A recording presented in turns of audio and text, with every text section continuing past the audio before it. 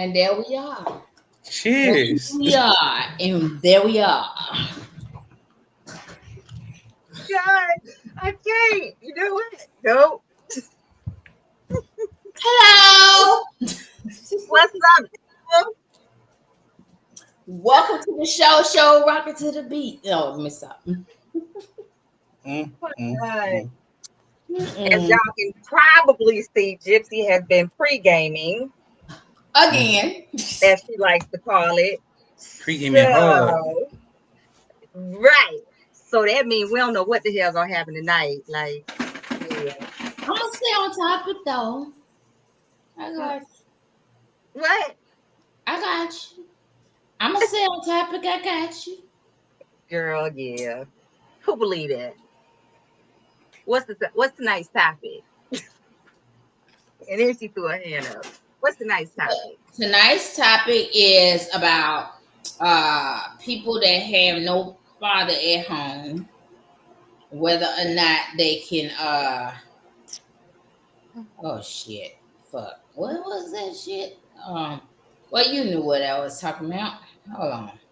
Oh yeah. Men growing up without daddies, but also there's a caveat to that. It's kids growing up without daddies and how sometimes their mama is toxic and that's why they ain't got no daddy at the house. Sean came with the professor face just then. Okay. Because the thing is that just because he's not in the house doesn't mean that he's not a good dad, right?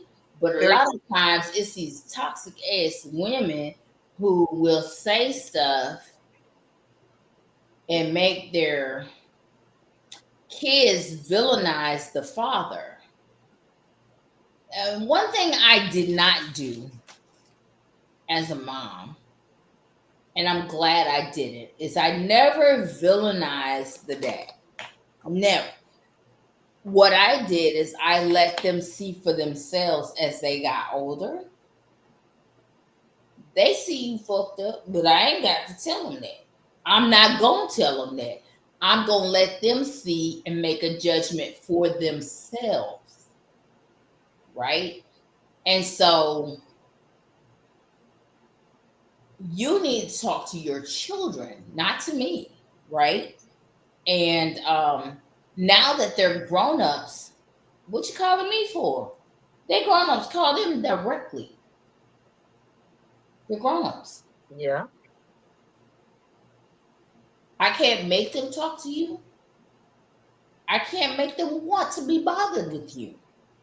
Maybe you should have been around when they were younger and they would want to be bothered with you now that they're grown.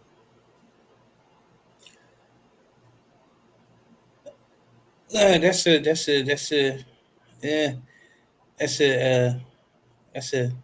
a hard hair to split. Let me put it that way.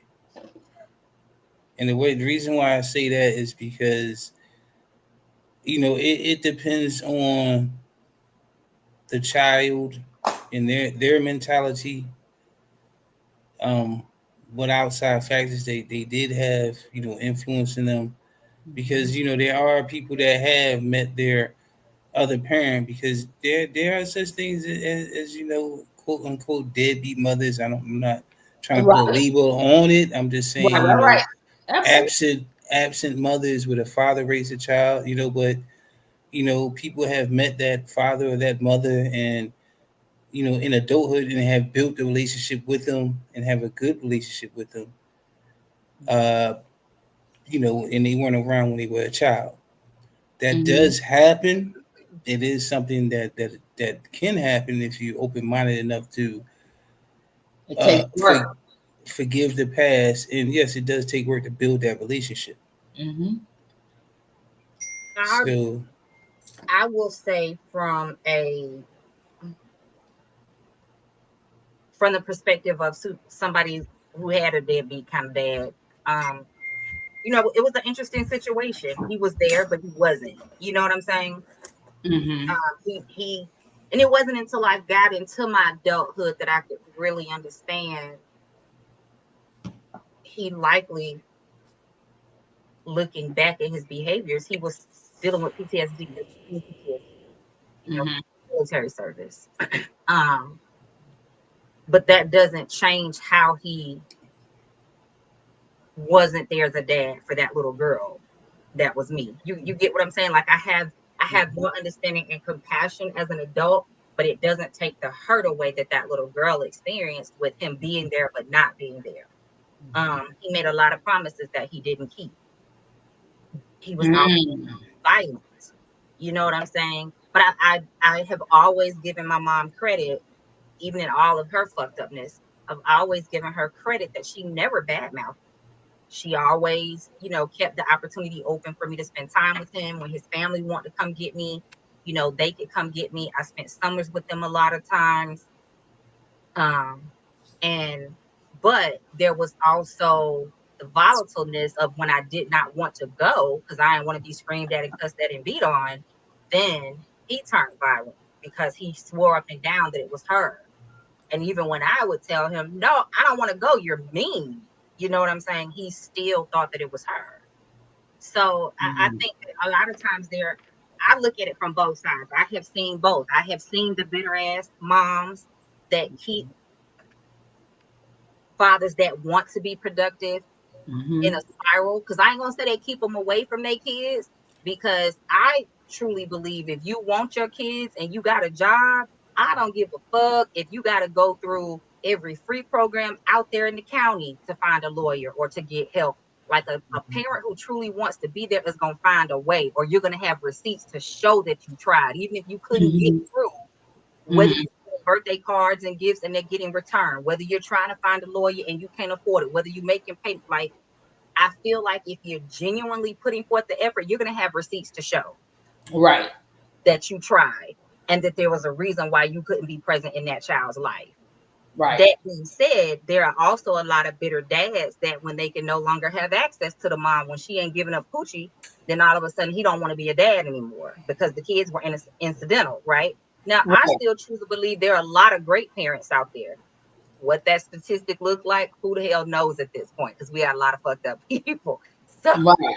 but I do still think that there are good parents, men and women. see, my thing is this: there are a lot of great parents out there, but they don't get sensationalized. What gets sensationalized is all the bullshit. Uh-huh. I think that's because one, drama sells. Look at these reality shows. Who the hell thought that 20 damn years later, Real Housewives would still be a thing, and all these other things? But it didn't just start with Real Housewives. Look at Bridezilla on the whatever the TLC channel. Look at all these drama shows that were built on mess, and like that sells. That's what people want to look at because misery do really love company. If I'm Yep. sitting home sad and crying in my Cheerios, I want to see your bullshit to make my bullshit look better, right? So, but it's also what you focus on. I see it all because one, I've had the experience of dating someone, um, and and being married to someone who had had some drama. So I've experienced it firsthand, but I've also seen it with a lot of my clients. But I choose to see the good because I see that as well, and I choose to curate my social media. I see a lot of the negative because we look for it, so we have things to talk about, good and bad. But I Mm-hmm. still curate as much as I can so that I focus on the positive. I see amazing Black fathers, amazing fathers of all cultures. I see Mm-hmm. happy marriages. I see healthy relationships. I see those things too. But like I said, I can only speak from the vantage point of a child that my daddy wasn't shit. And I tried to have a relationship with him as I got older, and he still was extremely too volatile. Oh, I have no qualms about saying it. I said it to his face. Listen, I'm not gonna lie just because he's dead. Like I, I'm Right. not gonna I'm not going to dishonor him or myself by lying. He wasn't shit and he knew that. And I tried to have a relationship with him, you know, as I got into my adulthood, and he was still very abusive and very volatile. And so I went no contact.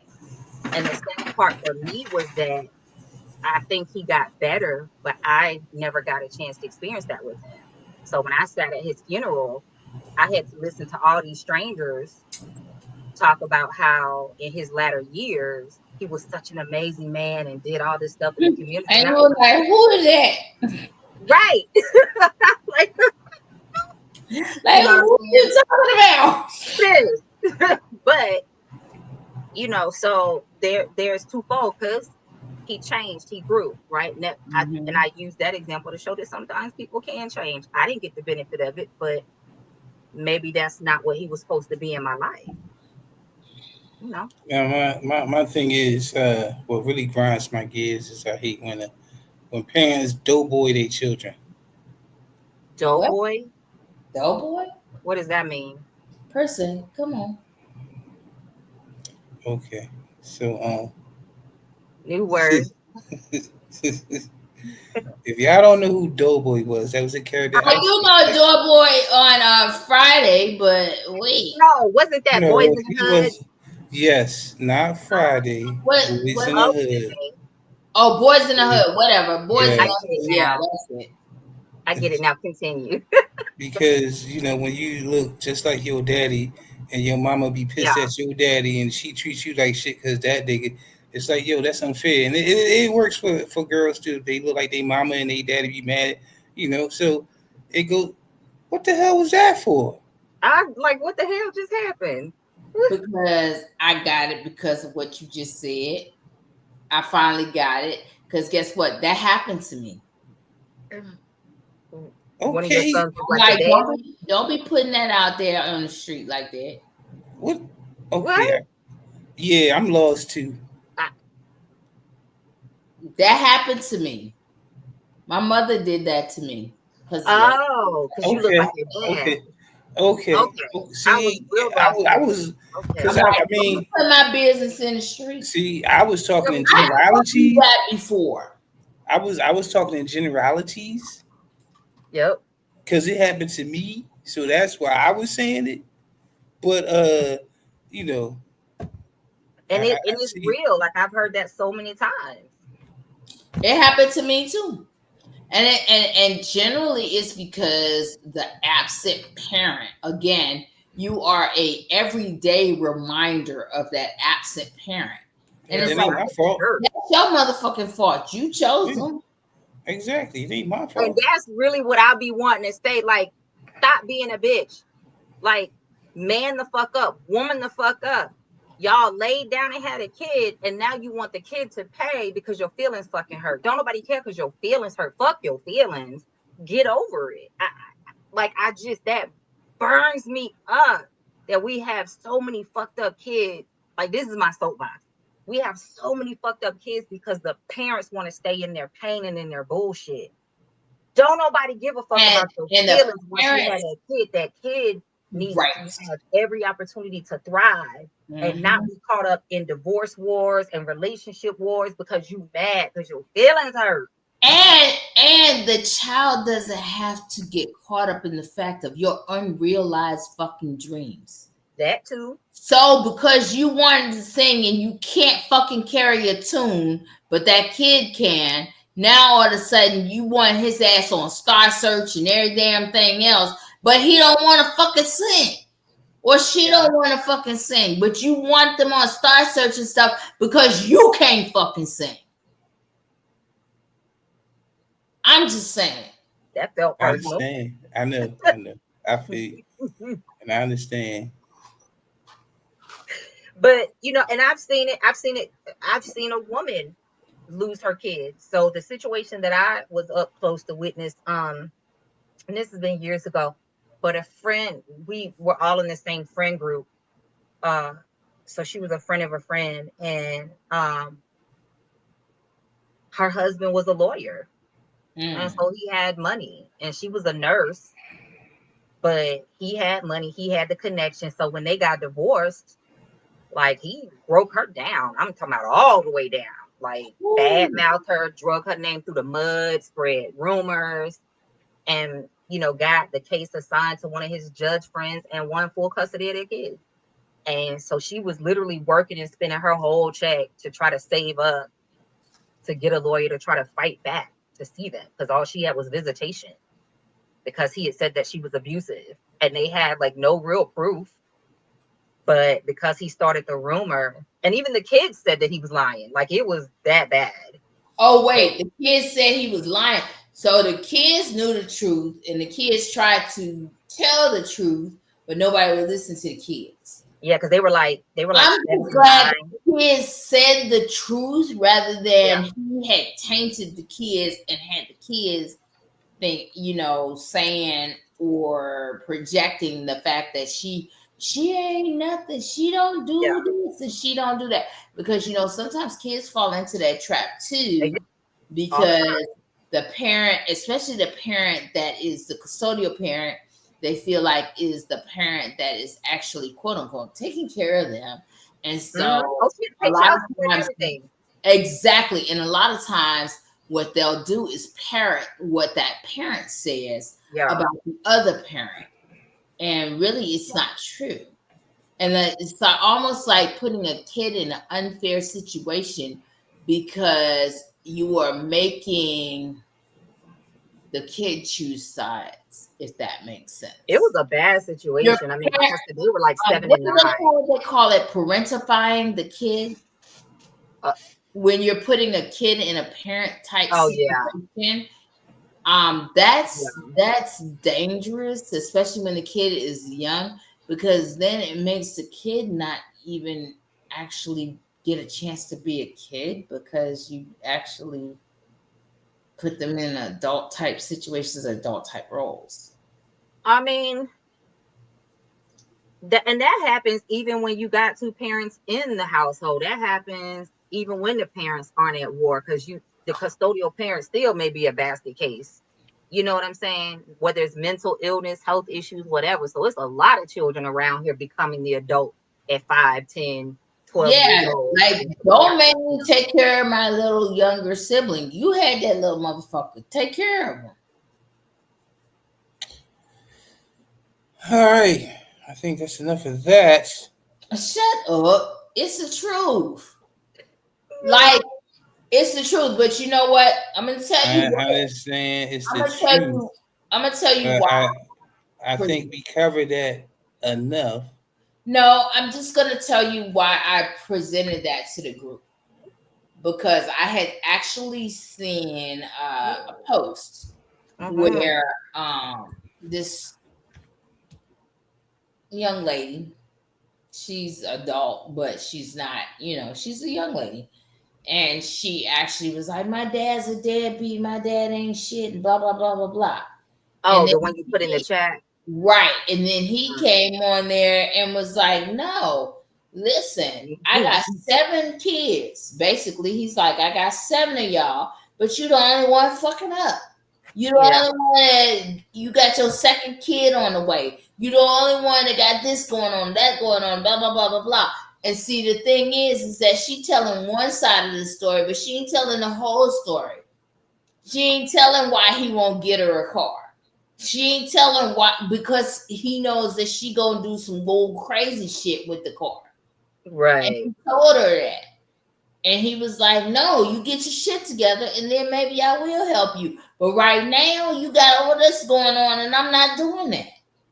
But and everybody has their own version of the truth. Right, but that's what I said. That's what I said about how the kids and the ex try to demonize the father. I mean, in absent parent, period, in public and in private. But ain't nobody saying he was absent. He owned up to having 7 kids, so we don't know if he was absent or not. Right, we don't know. All we know is she called him a deadbeat dad because she was mad because he won't buy a car. But we don't know the whole backstory. Absolutely, but also the thing is that a lot of times when children say and parrot things like that, they get that from that toxic ass. But we don't even know if she parenting or Okay, you right. or if she just flying off the cuff because she might be on the wild. We don't know. We don't You know the On whole right. the wild story. side. But I've seen more often than not, most of the time, they're parenting what the custodial parent has said around them. And so in this situation, you were biased with that comment, and I'll definitely understand. I am biased with that comment because I've And seen it. and I definitely understand. But I have actually been that one that, yeah, I heard what she said, but I ain't say it. I mean, and that's I read the thing that you put in our chat. I've seen that. I think it's been around for a couple of years. I know I've seen it a few Mhm. times before. Um, and you don't know. I mean, Mhm. if you notice when I talk about my dad, I'm very straight to the point. I can Yeah. talk about the positive attributes that I experienced with him and the things that he represented to me. I guess I can say that way. Yeah. But I'm also very honest. Like, I'm not gonna start lying and say he was amazing because he's dead. I mean, it is what it is. And everything that I've said about him, I said to his face. There was nothing that I never said to him. We had those adult conversations when we were trying to heal our relationship when I was in my 20s. So, I honor the fact that he did the best that he could, and he wasn't shit, but he tried. I honor the fact that the relationship that I choose not to have with my mother is the way that it is because of choices that she's made. But I honor that she did the best that she could in raising me. I think we can acknowledge our parents while still giving honor to whatever the truth is. We don't have to lie to make them feel better. And I know a lot of times we feel that pressure. I felt that pressure for years. And there are a lot of things that happened in my family. There are a lot of things that I experienced and shouldered because I didn't talk about certain things or didn't vocalize or tell the truth. You get what I'm saying? Mhm. So I think that there are those of us that are able to recognize we don't have to be bitter. The truth is what it is. The experience is what it is, but we don't have to be bitter. We don't have to badmouth people, but we don't have to lie. And I think that there are some times that kids, yes, whether they're children or teens or adults, they do regurgitate what they've heard a parent say. And we all have to decide what we choose to believe. I was fortunate that I was never clouded with anybody else's judgment of him. They always gave me room to try to have something with him. I made my own choice not to have a relationship with him, as a teenager because of his behaviors. You got to like in my experience, I can tell you I know my dad was a pimp because I was watching it. Like, you get what I'm saying? I knew he was that nigga in the street because I was watching. Like, he had me there with him while he was doing. Oh, okay. So did he have a bottom hoe, a bottom bitch? Oh, He had a couple. No, no, no. Did he have a bottom? You ain't a pimp unless you got a bottom I bitch. know what you're saying, and he had a couple, is what I said. Nah, He had more nah. than one. It's only one bottom bitch. You say that. The What rest, I saw was that he had a see that. couple, then he had the See, other. I see. So it's a difference between being a player and being a pimp. If you a pimp, you got a bottom bitch, and that bitch run all the other bitches. well, So I'm not disagreeing with you. I'm just letting you know what it is. I know what the difference Now is. I should be charging for this shit because the Be games be quiet. sold, not to be told. But I'm just Be saying. quiet. But anyway, my point was simply that I think as adults we have to recognize, and this is I'm speaking to like the kids' perspective on this. As adults, we have to recognize at some point we have to get over shit. And I say that as somebody who dealt with a lot of harm and trauma as a kid. I get it. It right. hurts when your caregivers are the people that harm you. It hurts when they're the ones that Mhm. lie to you or abuse you or disrespect you or whatever. You know what I'm saying? But at some point, we all have to decide, am I going to continue to let that narrative run my life? Mhm. I think I said that Exactly. last episode. Like, I had choices. I could have been running the streets. I could have been in jail. I could have been in the game. I could have been doing a lot of things based on what I was raised around. But I made choices based on other things that I was also exposed to, and deciding that I wanted something different. You know what I'm saying? Right. Um, and And the reason I bypassed what you were saying, Sean, I understood exactly what you were saying. I'm just not going to get too deep into his business. I'll make certain comments, but his business was his business. That part. Okay. So I All right. But I'm the type, I put it all on the table, so fuck it. But I understand though, you know, keep your shit protected. It's not all my story to tell. I tell what relates Hey, to me, and the rest of it I leave it. And that's what people don't understand. that was your daddy. It all relates to you. He was exposing you to shit that you didn't need to be exposed to. Absolutely. So it all relates to you. But like I said, protect your heart. I ain't pushing the issue. You know, I'm good. Anywho, I said we should have been done a minute ago, but y'all wanted to keep talking. You know what? Don't come for me, because see, I noticed I ain't coming. You be coming for her, and I ain't coming. I ain't coming. I'm just speaking. Catching stray bullets, and nah. I ain't coming. I'm just speaking. You wanted to talk about from the masculine. I know we picked up on it a little bit last time, but to continue the conversation, you were sharing some of, what was it like from the masculine perspective of not having that dad, and a lot of the things you didn't learn that you had to learn in other ways, or maybe some of the ways that you feel like it affected you.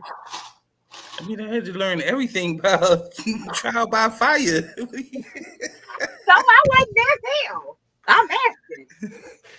I mean, everything. I mean, growing up in the streets, I had to learn everything. CQC. What? Close quarter combat. What did you say? CQC. Close quarter combat. No, what did you say before that? That's what I said. CQC. Oh, I missed out. Okay, yep. Yeah. Hand to hand, fisticuffs. Fisticuffs. I ain't heard that word in so long. You know what I'm saying? I had to learn all that on my own. You know what I'm saying? And I was quite great at it. Yeah. But I still had to learn it all on my own. So that first fight, yeah, it ain't turned out so great. But after that, I wouldn't take no more L's. That's what usually happens. All it takes is that one time, and you like, nah, I'm good. I ain't take no L after that girl on my front door and was like, "Where that bitch at?" And my mama said, "Excuse me, I'm gonna whoop her ass today." I had jumped the fence in the back because I had a dog, and my mama happened to be home that day because she worked retail, and Stephanie Garner was her name, and she knocked on my front door and told my mother she was gonna whoop my ass that day. And I remember my mama telling me, "You gonna whoop her ass, or you gonna get another one when you get in the house." See, that's how I grew up. Right? Nah, I ain't taking no 2 ass whoopings now. I'm gonna fight my ass off. I'm gonna come in here with hair all over the head and all kinds of shit. Because what I'm not finna get is 2 ass whoopings. That right there. And trust me, my mom liked it. The only thing is, my first fight, I got jumped 2 niggas. Oh shit! And I was 7. Oh, I ain't know what the fuck to do. Never been in a fight a day in my life. But trust me, after that, fuck that. So actually, I became very skilled in fighting 5 or 6 niggas at one time. Was you going out picking fights to build up your skill set? Nope. I'm a very peaceful person. But if you start, I'm gonna finish it. I'm gonna finish it. Ain't that what you do? Because look, I'm a die trying to live. Fuck that. I think those of us that grew up in the 70s and 80s, we all had that parent that was like, "You either whoop ass or come in here and get ass whooped." Like they didn't play all that shit. Like my mom straight locked the door. These 2 niggas talking shit. I was like, "Oh, I'm going in the house." She said, "Click, you ain't coming in here." Wait, I just thought that you said that. Holy shit! No, she locked. Because she was literally standing there watching, and she saw what happened. I'm like, "Oh, I'm going in the house. I ain't got time for this." And she said, "Click, you ain't coming in here." What the fuck am I supposed to do? Wow, that's cold-blooded. That's the era we grew up in, right? And that's the whole Like when you get outside, you stay outside till them damn street lights come on. Oh hell yeah! We learned how to drink out the water hose and all kinds of shit. This fucking bottled water and shit. What? We drank out the water hose. And that was some of the best water, boy. That shit be Right. nice and cold. Yes, but that water different nowadays, though. I know it is different nowadays. And see, I was the only child, so I didn't have I had one of my guy cousins lived not too far, but see, I think we went to different schools. I don't remember being in school with him. We could have we went to different schools. So it wasn't like he was there to, help me. You know what I'm saying? So that's why I learned to, like, my dad wasn't playing that. He was like you said, teach you how to throw these hands and you gonna beat their ass or you gonna get an ass whooping when you get to me. And I was like, okay. That's Look, like one in the yard or one in the house. One in the yard, one in the no. Exactly. And I'm peaceful. I was taught to walk away. You walk away, you hold peace, you hold your line. But if they should so choose to cross it, you handle it. Everybody remembers that turning point in their life. Like there's a couple of turning points you remember, like from childhood, from early adulthood, from what I'm saying? There's like those turning points. Why do you think it's damn near 45 years later and I still remember this bitch name? I know I was shocked because I'm like, yo, I don't remember nobody's name. Because that was trauma. I was like, I was not trying to fight nobody. That was trauma. I was trying to go in the house and mind my business and drink my water. And drink your water. Right, but when she knocked on that door, and the thing is that with my mom working retail, I never knew when my mom was going to be home. She never told us her schedule. And she just happened to be home that day. And I had jumped that back fence. And I was out of breath when I came in the house. And she asked me why I was coming in the back door. And just when she finished the question, this chick knocking on the front door. And she said, I'm tired of chasing that bitch. Like, I mean, she was bold as hell at however old to say that to your mama. She said, I'm tired of chasing that bitch. I'm going to whoop her ass today. And my mama said, wait 1 minute. And when she went and asked me, is that why you out of breath? Hey, Alicia. Hey, Alicia. And all I could say was, no, you going to go out here and you going to whoop this bitch ass or I'm going to whoop yours. My mother went out in the front yard and see, she had told everybody on the bus she was going to whoop my ass. So the whole bus was at my damn house in New York. Wow. My mama said, better not nobody jump in it. My mama had this stick. So you know how when you have the sliding door, you would have that stick that sometimes you would put in the back of the door so the door couldn't come off or whatever. My mother had this stick that she had in the back of the door. She had that damn stick with her. And she said, better not nobody jump in it. Oh my God. She made us fight in the front yard. And then after she got tired of seeing us fight, she said, now take your ass home, and told me to go in the house. Wow. That just made me think back. There were 2 times in my life that I was almost jumped. One, I think I was in 7th grade. Yeah. I think we were in 7th grade. And it was over a boy. He was my home ec partner. And like his girlfriend didn't like me. Yeah, it was the dumbest shit. She swore I was trying to take him. And I was like, girl, I don't like him. And so they tried to jump me in the locker room. Y'all was in there whipping the wrist, like, yeah, let's make these cakes. She was trying to kill her boyfriend. I'm like, girl. So they tried to jump me in the locker room. And that's when I really learned that people would talk shit that they won't back up because all her friends was hyping her up. And when she came for me, she tried to sucker punch me when I had my back to her and called my name, and I turned around and I went to war. And all her friends stood there and watched. All of them. So I didn't know it, but they were planning to jump me. And so I think the next day, it was just crazy. Like the next day, for some reason, I got to the bus early. So I'm sitting on the bus talking to one of my friends, and we see this crowd, and we like, oh, what's going on? So we looking out the window trying to figure out what's going on. So about 10 minutes later, 10 minutes later, everybody get on the bus like, Jasmine, you been here the whole time? Yeah. They was out there waiting on me to like literally Right. it was like not gonna happen. Right. So, and then I think one time I was in high school, and I don't even know why this girl wanted to fight me. I don't know. But anyway, we got off the bus, and the guy that I was dating, I think somebody told him as they were walking home. So the bus drove off, and I see everybody gathering around me, and I was like, what the hell? And she starts getting in my face, and I was like, okay. See, even back then, I had been taught you don't put your hands on nobody to put their hands on you. And that way you got a reason to go insane. So I was waiting. So when she hit me, we went at it. And all of a sudden, out the corner of my eye, I see him racing back up the street. And I'm like, what the hell?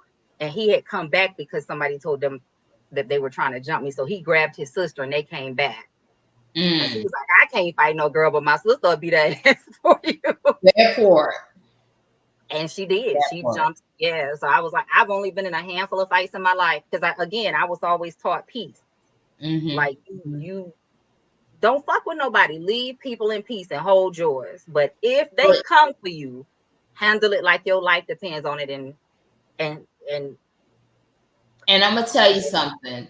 That's something that an absent father for a girl, like Sean can say for a boy, but for a girl, an absent father can lead to little girls not really knowing their worth, and little girls seeking attention or getting attention from any guy would lead her down a path that she really shouldn't follow behind, only because she didn't get that attention from him. And that's why I say it's very important, if the first guy in your life, which is your father, leaves you when you're a little girl, you'll forever have abandonment issues until you deal with that. Very true. Very true. And I think, I can say that for me, I'm sorry, that wasn't his sister, it was his cousin he brought back. But I can say for me, I think I really understood the contrast because of the type of people that I dated. Like I was very intentional, and I understood from an early age, I always chose somebody that made me feel protected and safe. You know what I'm saying? And I did that because that's one thing, that even though he was violent and abusive and all those things, there was that contrast, that there was always also that protective covering over me in the neighborhood I grew up in, and nobody really messed with me because of him. So it was this weird paradox. You know what I'm saying? So I chose guys that represented that. But that also made me see the absence of him in my life as well, if that makes sense. Like I recognized how intense that absence was, because it was a weird thing to have this guy, just as an example, that fight literally run, blocks back up because somebody walking with them had said, oh, they're about to try to jump Jasmine. And him and his cousin ran back up because he was like, not gonna happen. And how many situations I can look back where there was a protective masculine in my life, you know what I'm saying? But the person that was supposed to be that wasn't. So I think we can look for love in all the wrong places, or we can look for the qualities that the absent person represented and go for those as well. I think part of it is that we look for. Jump in, Sean. What you trying? What? Right? No. I was just gonna say, the thing is, I think that part of it is that we look for those things that we desired with.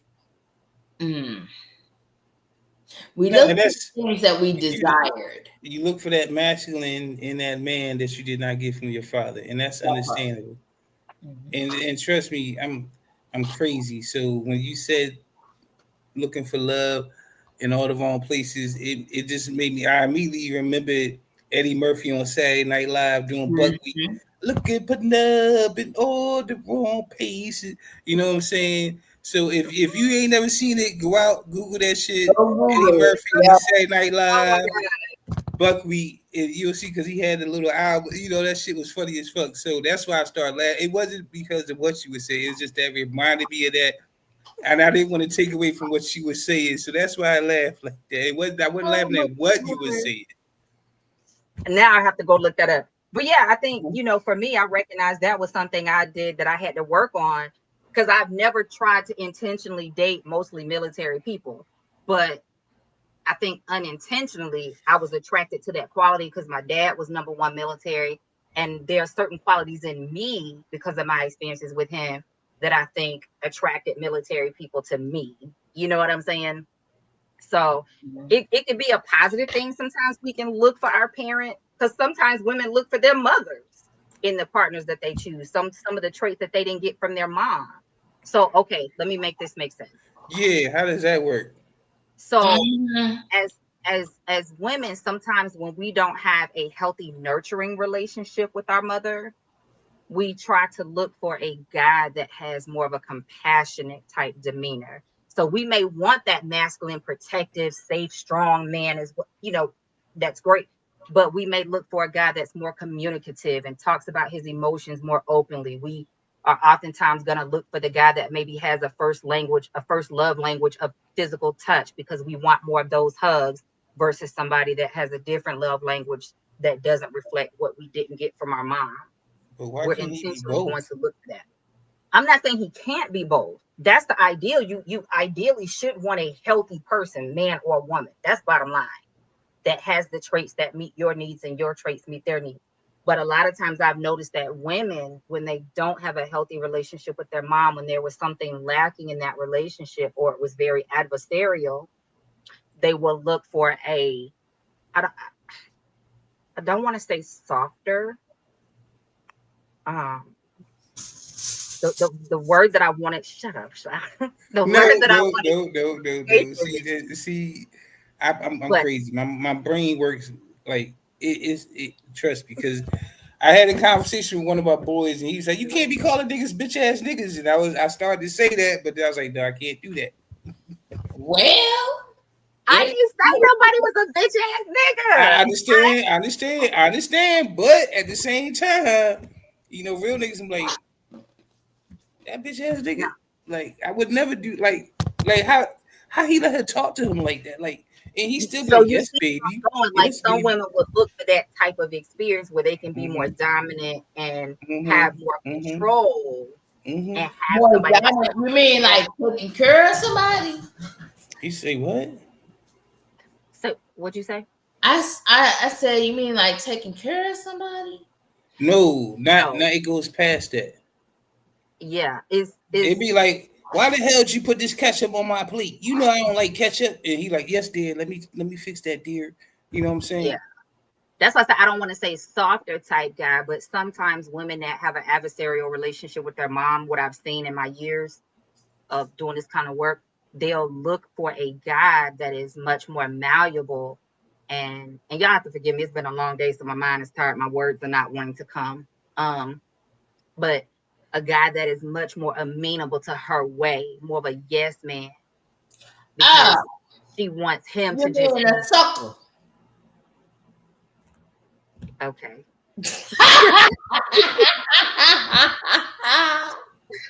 Anywho, um, That's yeah, she'll what look for a guy it that has maybe, like I said, if she didn't get a lot of hugs from her mom and she wants a man to represent that, she may choose a man that has a stronger love language and physical touch. So he wants to cuddle and hold her all the time.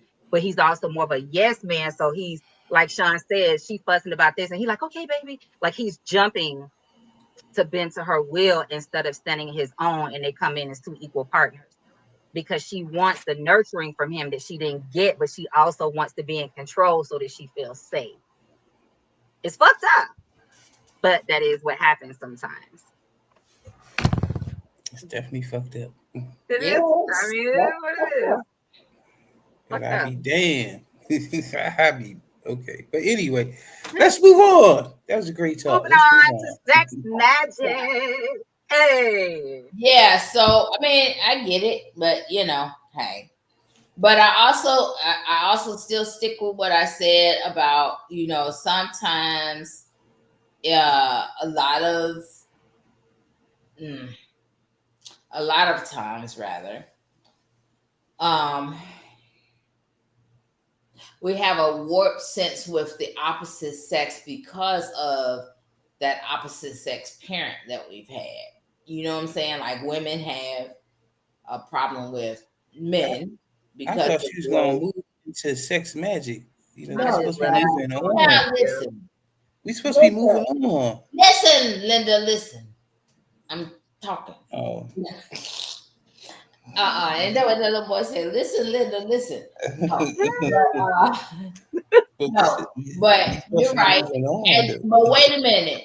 But that leads into the next topic, Sean. That's what I said. I thought you were Hold leading into it. on. Okay, I know I'm leading into it. Shush. Okay. And then that leads to people trying to conjure up voodoo and magic against the person because of the fact, like a lot of times they feel like they need to control that person because at the time that they didn't have control when you're a child. And so a lot of times they look for sex magic to try to control the opposite sex. Yeah.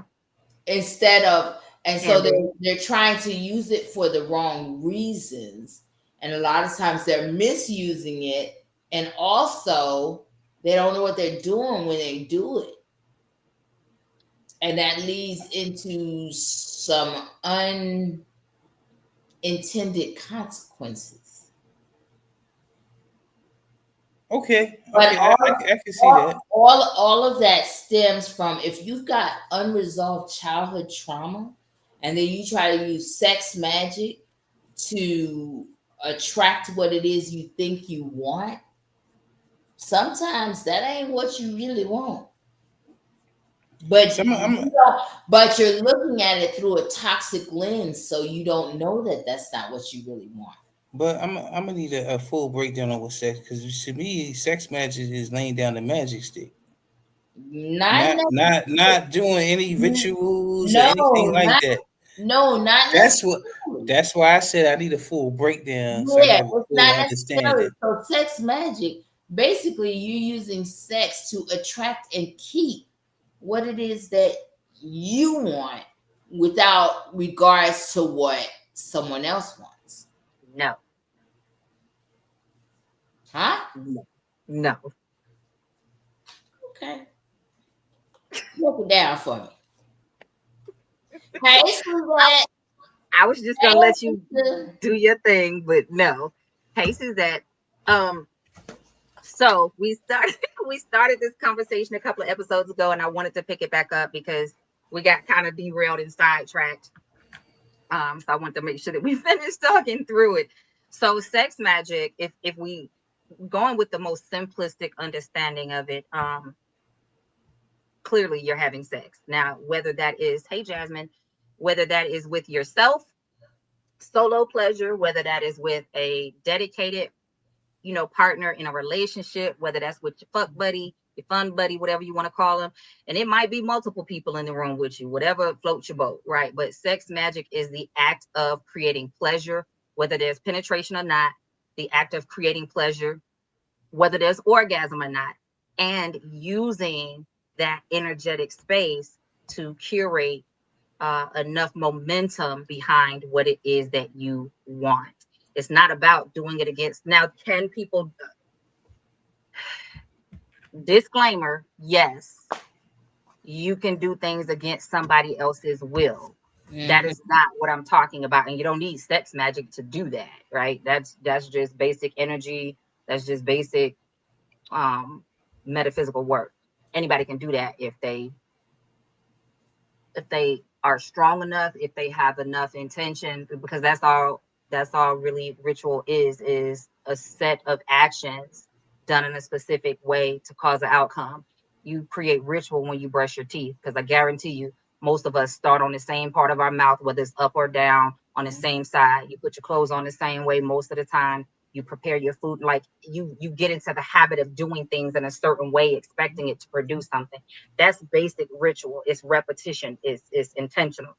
It becomes spiritual and magical when you have an expected outcome that you are wanting to magnify or multiply the energy to create, whether that be calling love into your life, money into your life, any experience, whether it's a certain person that you want to call into your life, whether you know the person or it's the idea of a person, right? It doesn't matter. There's not a real limitation. But I said no because you said somebody's doing it to create something against somebody else's will. That's not really the premise. The Right. premise is two consensual people coming together. If you're going to do it with another person, two consensual people coming together with the intention of using that experience in that space to create something. So last time I gave y'all the example of, let's say, and I'm just picking on you, Sean, because I like to pick on you. Let's say Sean got a dime piece and he like, shit, that's my girl. And she like, that's my dude. And y'all want to get married and y'all want to buy a house. Okay, you need money for the wedding. You want this particular house that's a little out of budget, but you like, hey, we can create this magic and get this revenue up, get this money up, whatever.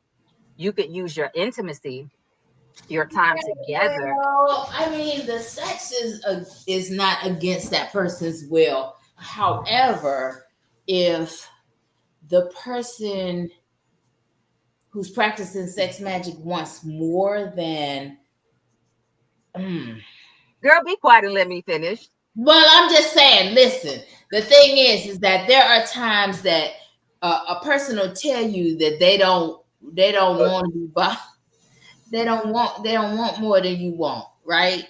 Well, I'm just saying. Well, And you see, fellas, this is why you just lay down the magic stick and just live your life. Talking about They never satisfied. No matter what I'm you just do, I'm just saying you can't no change matter his what you do, you fellas, they're can't never change his satisfied. mind no matter what it You is you you do. can do everything they ask you to do. They're still Gypsy. never satisfied, Find this fellas. You out. you you see what's happening here, right? Girl, be That, quiet. that was just my message to the fellas. Y'all go ahead. Just saying, you can't change it. Anywho, y'all ignore her. She was pre-gaming. Ignore her. Back to what I was But saying. he ain't gonna change his mind. So using the example of Sean and his boo thing, y'all could decide why the crazy look, because I just told you I was picking on you. No, I'm like, what the hell is she talking? But I anyway, don't go know. ahead, go ahead, go ahead, go ahead. Egging her on, just ignore her. Just ignore her. Using the example of Sean and his boo thing. And they said, hey, we want this house in this particular neighborhood. We need to get our income up to here to be able to qualify for this stuff. We want this and that and the other. You could come up with the concise thing that you want to pinpoint the energy to, right? And so every time y'all are texting back and forth during the day, because sex don't really start in the bedroom or wherever you're having sex. It starts well before that in the mind. So every time you're texting and sending a cute little pic or a little sexy message or whatever, you could be thinking about the thing that you all have agreed upon that you want to create. So you're infusing that energy every time you're engaging, every time you call it, babe, what you got on? Babe, how you doing? You so sexy, whatever, whatever. And then as you come together for your intimate moment, as you're touching, as you're getting into your foreplay, you're kissing, you're licking, you're sticking with your magic stick, you're doing whatever, you're both imagining and putting energy into that thought of, oh my God, I can't wait till we are here. I can't wait till we're making love in our king size bed in this bedroom. I can't wait till we're, moving in, whatever. Now, some people get into it, and even while they're being intimate, they're talking about it. They're daydreaming out loud and they're giving voice to it. Other people just like to keep it, the imagery in their head while they're focusing on the pleasure. And the closer you get to the moment of orgasm, you want to have it crystal clear so that as you actually have that orgasm or the height of your pleasure in that moment together, you are both locked in on that energetic space, that outcome that you want. That's one way to do it. It will be the same thing if you're doing it by yourself solo. You're pleasuring yourself, you're touching yourself, you're affirming yourself, and you're thinking, you're daydreaming, you're visualizing. You may have a picture up on your wall. You know, it's different strokes for different folks, right? It makes sense to do it different ways for different people. Sean, I hate that it seems like we share a brain. Y'all so stupid. I can't with y'all. I'm just trying.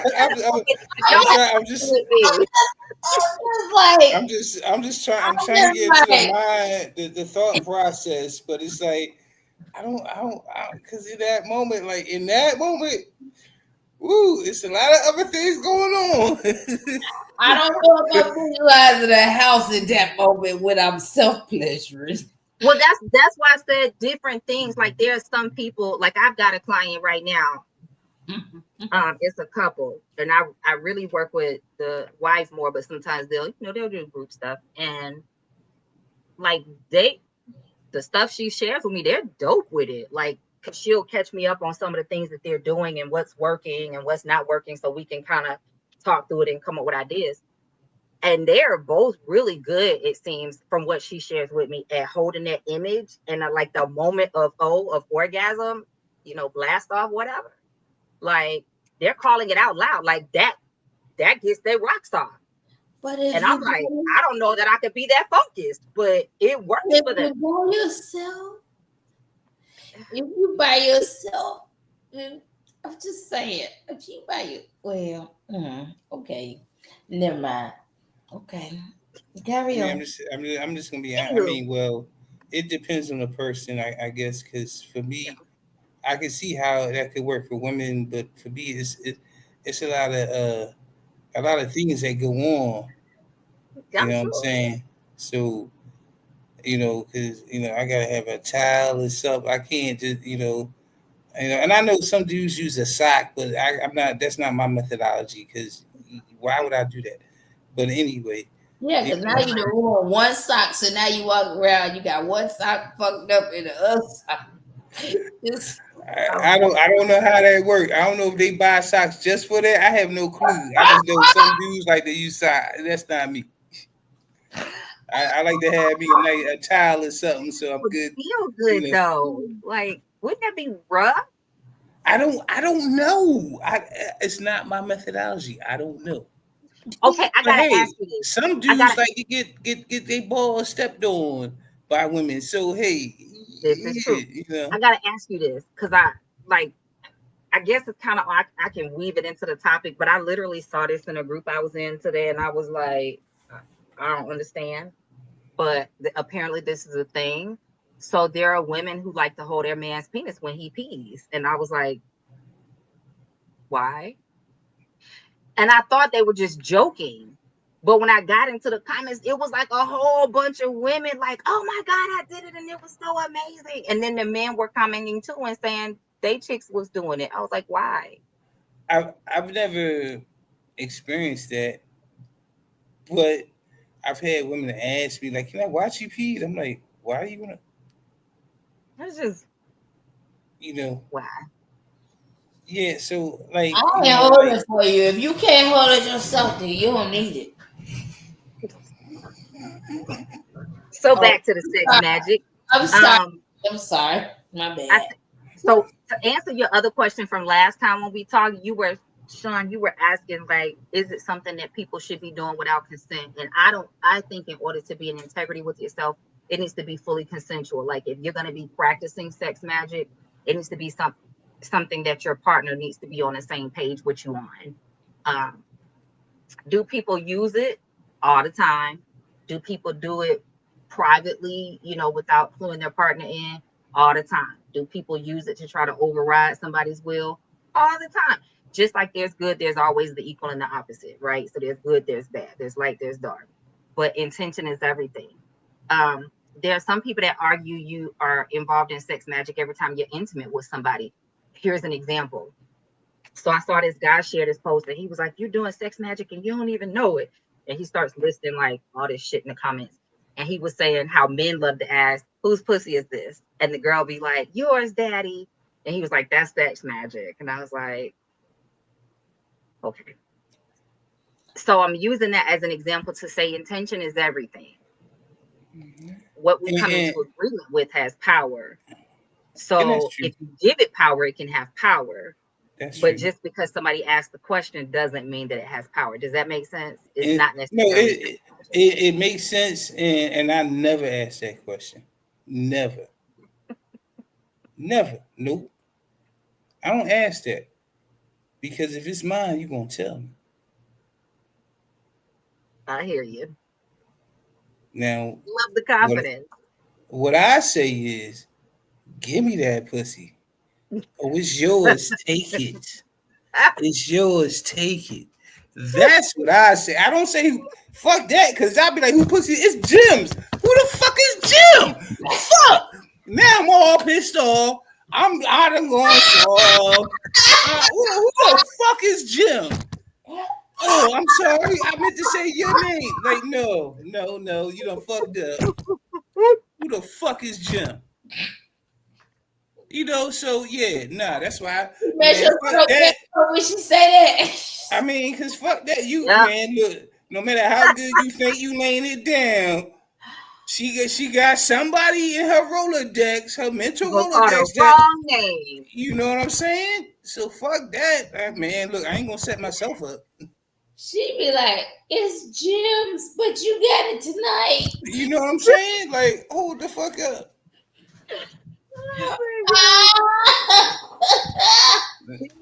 Intention Fuck is that. everything. And let me also say this: sex magic ritual work does not replace actual action. Right? A lot of people think, well, because I'm doing ritual, because I'm doing spiritual practices, because I'm naming it and claiming it, as they used to love to say in the church, it replaces actual action, and it does not. Like that's a way to magnify or multiply your energy and supercharge it towards an outcome or goal or visual, an idea. But you also still got to do the real world practical stuff, i.e., if you were trying to use sex magic to draw love into your life, like if you were, self-pleasuring and utilizing it, I mean, you can absolutely use it to call love into your life, but you still got to comb your hair and brush your teeth and wash your ass. You still got to present yourself and be the kind of person that the person you wants to be with. You can't be walking around like a troglodyte under a bridge and be like, but I'm sex magicking and I'm gonna call in my Prince Charming or my queen, whatever. No, it doesn't replace common sense and basic hygiene and well-being. We yeah. I feel like I shouldn't have to say that, but You shouldn't have to. there's But always I done seen online, fellas. Get up in between them butt cheeks. Don't be sitting there bullshitting like, oh, the water right, just gonna wash it. No, get up in there right. and wash that shit, nigga. Cause then you sitting there smelling like ass and got streaks in your drawers, and you're supposed to be a grown ass man. Man, look. Nadina said men who ask that are lame because it's so commonplace. Right. It is. I'm glad that Nadina said it, because, honey, anytime you got to ask whose is it, it's because you ain't sure. What? What? I'm just saying. Fuck you, if you gotta ask and you gotta try to lay claim to it, it's because you ain't sure. You think you didn't probably just stumble upon something. Nigga, what? It's yours for now. Man. What you say is yours tonight. It's yours for now. Hey. You just squatting, nigga. You squatting. Right. Your dumb shit before you get your fucking feelings hurt. Oh my god. Yup. That's why I said, fellas, I don't ask that question. Yeah, don't ask that question, because if you get your feelings hurt, then now you gonna be on somebody's podcast or on somebody's couch talking about how she had said somebody else's name. Shut the fuck up. I was trying not to laugh. Oh. Another tip: aftercare matters. So if you're practicing sex magic with a partner, or even by yourself, really take time to sit in that energy once you're done. Like, don't just jump up, of course, wipe yourself off, be clean and hygienic, but don't just jump up and run to the next thing. Like, sit in that afterglow. It's an awesome time to cuddle with your person or journal or talk through the thing that you're working to create together. daydreaming about it. Even if you don't talk about it while you're engaging in the act, afterwards is a great opportunity when you're still in that energetic moment to then give voice to it, put words to it. You can't wait to walk down the aisle. You can't wait to get married or make this much money or whatever it is that you're trying to create. Speak it with your person, or speak it out into the ether through the power of your voice, because voices, think about this. This is basic science. Your vocal cords vibrate. Vibration is energy. So every time you speak it, you're commanding energy, right? You're calling dominance over the energy. You're telling it what to do. You're giving it a purpose. That's really all it is. You are taking something that you're already engaging in and that you have extreme pleasure in, because when you're in a pleasurable state, your body's open, your energy's elevated, you feel euphoric, the brain is releasing endorphins, everything is heightened. That's an easy place to manifest because you're so relaxed. You're bypassing the cognitive dissonance that makes it hard to connect to the thing that you really want. This is why it's effective. Oh, now she ain't got shit to say. Hey, I'm just gonna keep my thoughts to myself because Okay. at this age and stage, I ain't trying to claim nobody. Cause yeah, I'm about You, to cry. girl, why is this personal for you? Because you keep wanting to talk about somebody trying to put a claim on somebody and somebody trying to get somebody against your will. What the hell happened? Who did something to you? Do You we know need to I'm go see divorced. somebody's ass? Like, what happened? You know I'm divorced. Shit. Did you have some Jello pudding, Pops? Okay. Yeah. You mean somebody drugged me? I'm just saying. Did you get Bill Cosby? Girl, What you happened? was going in for a minute. I'm just saying. I believe that you're right. There are people out here that are practicing sex magic without other people's consent and stuff, or without people knowing that that's what it is that they're doing. But will it be effective? Yes. Yes. Oh wow! Oh shit! So here's what I did. I did not do it against my partner's will, but I have had an experience with my old partner. Like, he was more Christian. I'm like way more spiritual, I guess wild and free. I don't know. So that it wasn't really his thing, right? Like, he wasn't Sean. Nope, not even what I love.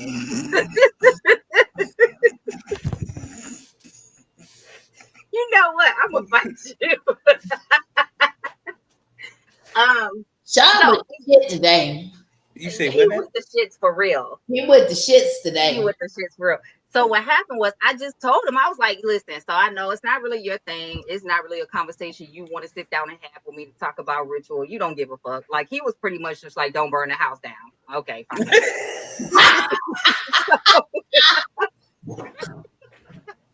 So I was like, okay, cool. He didn't give a shit. Just don't burn the house down. So Suzette said, not the Jello pudding Pops, living wild and free. Exactly. Right. So I just basically told him, I was like, listen, so I need to boost revenue in my business. Like, I'm about to launch, relaunch everything. I need to really use some sex magic. And he was like, well, what is it? So I explained it to him. And I was like, you don't really have to do anything. Because unless you want to participate in it with me, great. If not, this is what I'm working on. And I really just want to use the energy when we're together, like that pleasurable moment, to kind of have it in the back of my mind and really have something to target towards. And he was like, that. So like nothing changed. We didn't talk about it while we were being intimate, and he didn't necessarily add anything to it, but it was just, everything was more magnified, because instead of it just being my energy by myself, he willingly was a participant in engaging with me as we were being intimate, to allow me, I don't want to say to access his energy, but because he was giving his energy, it was already added to mine. His energy. That's a good word, to utilize, because he was already willing as a participant in engaging with me. I was able to just take his and mine together and direct it. Yeah. And it worked. Like, even though he wasn't actively participating in any ritual work with me, it worked. And I forget the specific thing I was trying to do at that moment. I just remember I was relaunching my business and I wanted to hit a certain financial goal, but it worked. But So now but I'm I not trying to still get. disclosed it to him. I wasn't hiding anything. Because again, I think in order to be in integrity, if you're going to be intimate with someone, they should understand. That means you have to share every every little bit of thing if that's not their jam, but they should still be a willing participant in an energetic exchange. Now, when I'm not trying to get too deep into it, but when he got to his point, was he more like more explosive, like more vocal with it, or was it like the same? I'm trying to remember. I think what I asked him to do, like I want I think what I was asking him to, okay, what I had asked him to do was, since this ain't really your thing, just kind of pour into me. So it was more so use your words, like hype me And up, whisper in my that's ear. yeah, Yeah, that's what I'm trying to that's what yeah, I'm trying to get at. Like, was he more like doing more of that? yeah. Okay, So, okay, so your okay. partner, that's why I say your partner doesn't have to have the goal that you have. But as Now I long as understand they're that. willing to share their energy with you, absolutely. So if you got a person that's like, not my thing, but I'll do it with you, they can Yeah. absolutely just be vocal in whatever way strokes your boat, floats your boat, strokes your feather, whatever, while you're engaging. What is it that tickles your fancy? What is it that truly turns you on? Because all you're doing is using that orgasmic energy. And it's like I'm saying, I need to get to 509 Deerfield Street. Okay, now Right. I'm taking all this energy and I'm aiming it at 509 Deerfield Street in my mind so that I'm giving it a destination. What is No, I funny? feel you, but now it's like so at the moment of climax, do I be like 509 Deadwood Street? Oh, you know what I'm saying? No. I'm just No. I'm So just asking. I want clarification. That's no. all. Okay, so a real way to do this, let's say let's say you got one partner like me that's a practitioner, metaphysical, Mm-hmm, spiritual, all the things, mm-hmm, or even just the everyday person that's like, mm-hmm. yo, what's an example? I need to get a car. Okay. Let's say I need to get a car. And my boo thing is not really their thing. They on a different path or just not as spiritual as me, whatever. So when you're being intimate, it could be a situation where they know what it is that you're working on. You share the basic of what you're trying to accomplish. So if it were, okay, using myself as an example, if it's me in this hypothetical, then I could say to my partner, okay, when I get close to the orgasmic space, or when I get ready to have a climax moment, I'm gonna let you know, whisper in my ear and tell me you love me and I'm sexy and I'm, this is just an example. And because that Okay, person okay, is stroking that energy in okay, you, it's okay. expanding it even more. So you're utilizing their energy because they're giving it to you in that moment, and you're Yeah, adding it to yours as you're I feel visualizing you. or thinking about the thing that you want, and you're holding it and holding it until you climax, and then you're just solely focused on that thing and giving all that energy to it. So they don't have to be saying anything specific about what it is that you're trying to work on. Car, house, love, doesn't matter. What is it that you need from them in order to help you be fully engaged in that moment? What is it that you need from that partner in order to fully connect with your vision? Do you need for them to just make love to you as normal and you're just focusing in on your thing? Do you need for them to whisper in your ear? Do you need for them to edge you, which is basically you get close to climax and then you stop.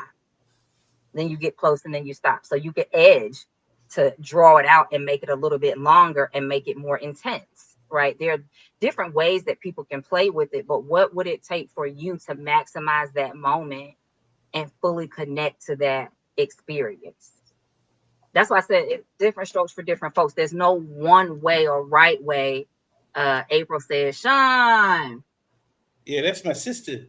hey sister. Um, there's no one right way or wrong way. It's about figuring out how can you just co-create that experience together. I feel you. I feel you. So I have a little more understanding now. So yeah, I feel you. I don't know if I mean, because in the moment I'm focused on anatomy, physiology.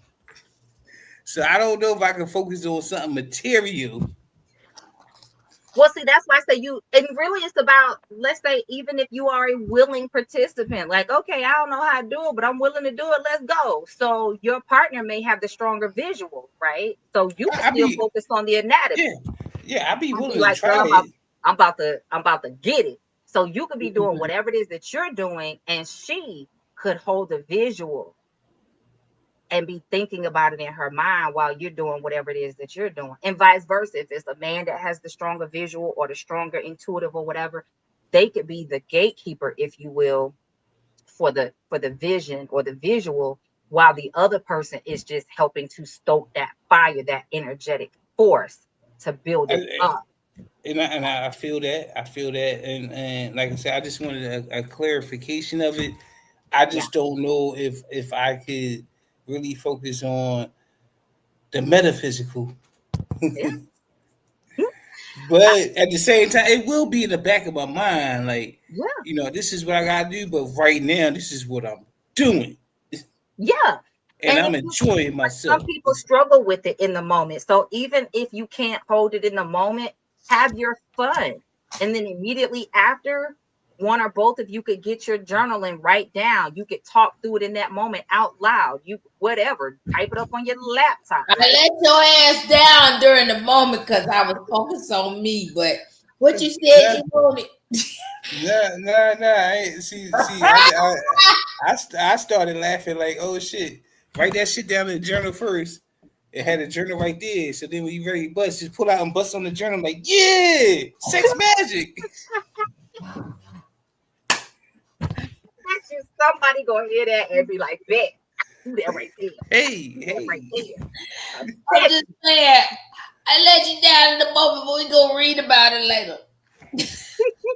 like you really could. You could journal about it before, afterwards, or if you're not a journaling type person, again, you could just talk, like when you're sitting in the afterglow and you're cuddling, when you get in the shower together, whatever, you're making breakfast together, dinner together, whatever. You hot in the that's afterglow. that's You still want to talk about that shit when I'm hot.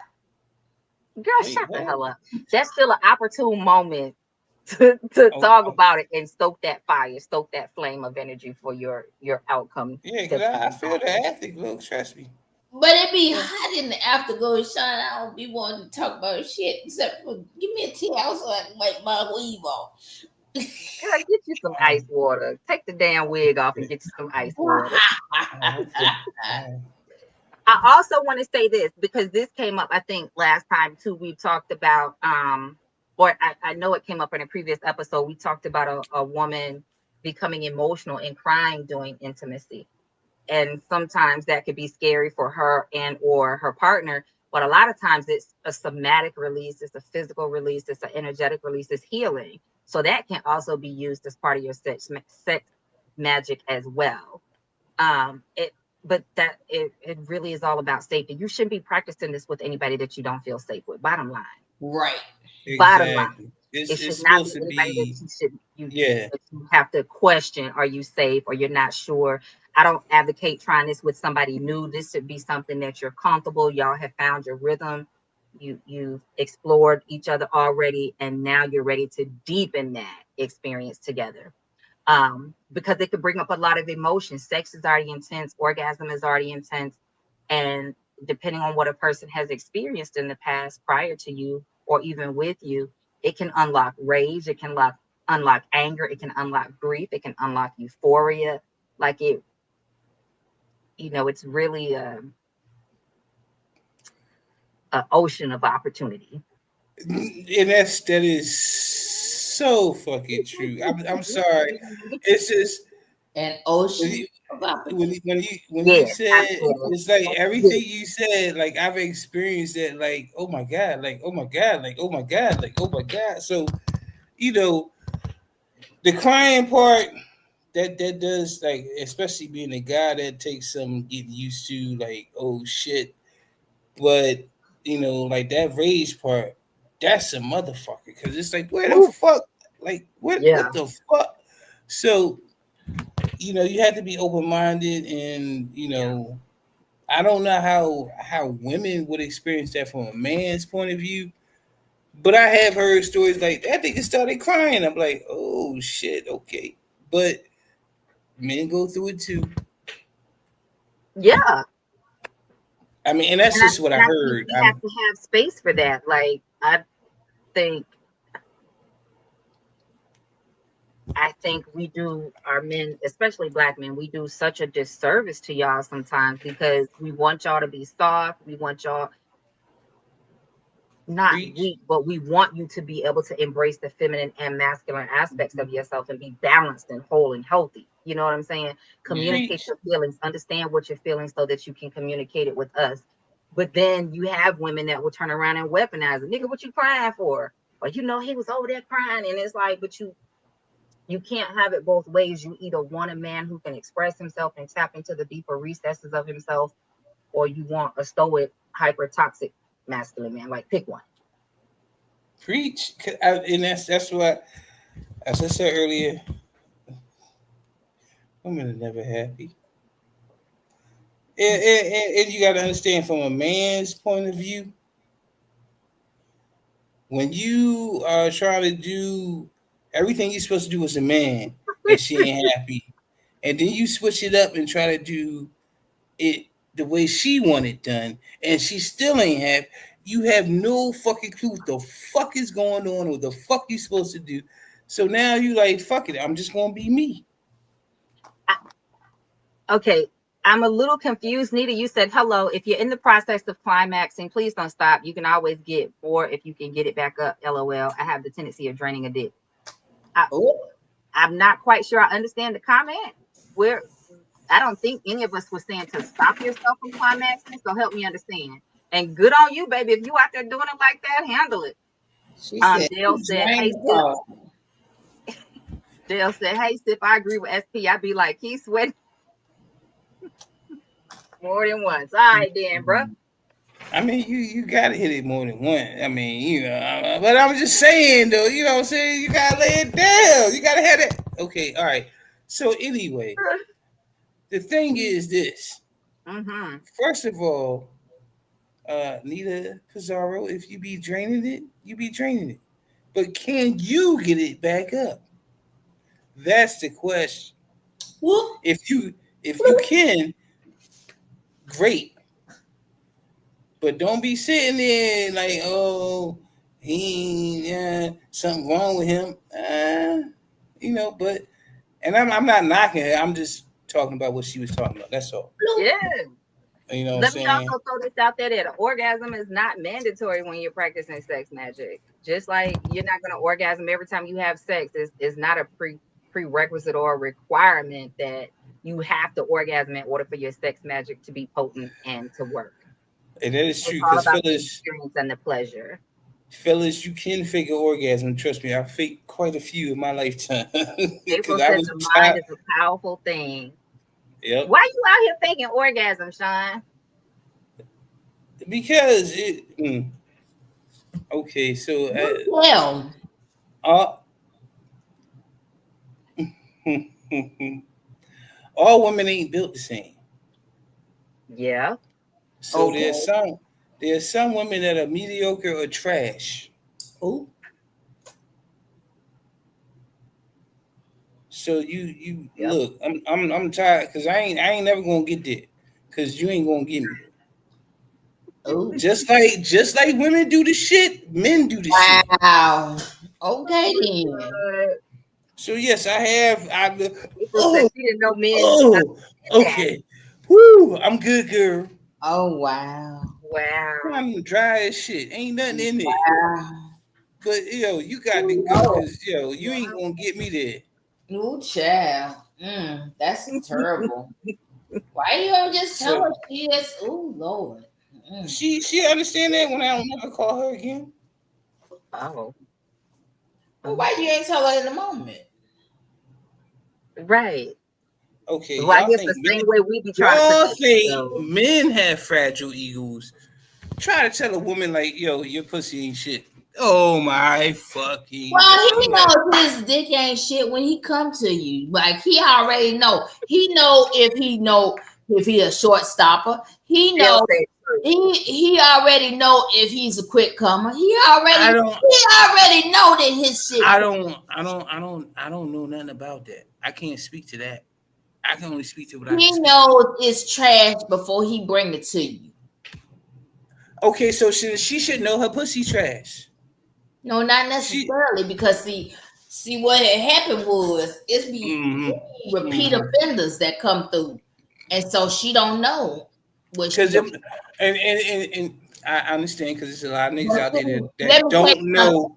A dude with trash dick, he know he got It's trash dick it's because a it's a it's a it's he don't get hold on, repeat hold on, offenders. hold on. Wait. It's a lot of women out there that niggas won't be like your pussy ain't shit. They'll still keep coming back because it's just some pussy because they don't know what good pussy is. It's a lot of niggas that do not know what good pussy is. They don't know what good pussy is. They think any pussy is good pussy. Trust me, I know. I talk to niggas all the time. So they don't like it. They're not enjoying it, but they're gonna keep No, no, going no, back. no, no, no, no, no, no, no, And no. because he got trash dick, he can't get nothing else either. Yo, they just don't know because the level of pussy they got was like whatever. They never had like good pussy, like good pussy. Like they never had like yo, I want to lay up in this shit.